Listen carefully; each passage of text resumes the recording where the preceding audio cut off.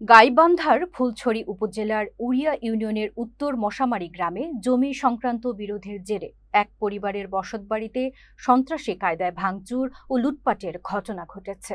১৩ August দুপুরে আব্দুল রাজ্জাক ও সহযোগী কয়েকজন দেশীয় অস্ত্রশস্ত্রে সজ্জিত হয়ে রাজা মিয়ার ইটের পাকাঘর ভাঙচুর করে স্বর্ণালংকার ও মালামাল লুট করে নিয়ে যায়। ভুক্তভোগী পরিবার প্রাণ ভয়ে আত্মীয় স্বজনের বাড়িতে আশ্রয় নিয়েছে এবং মোবাইল ফোনে হত্যার হুমকিও পাচ্ছে।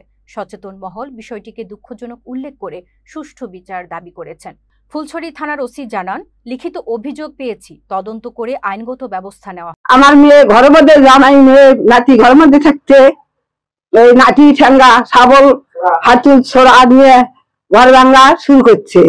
তখন আমার মেয়ে ভয়েতে ওর থাকিয়া আরেকজনের আঙুলে দিয়ে পালিয়ে বেড়াচ্ছে। এখন আমরা ছেলে ক্ষতিকার পুরি চাই, বেটের বিয়ে টাকাগুলো জোগাড় করছিলাম, ছেলে নিশ্চয় ছেলে চাই।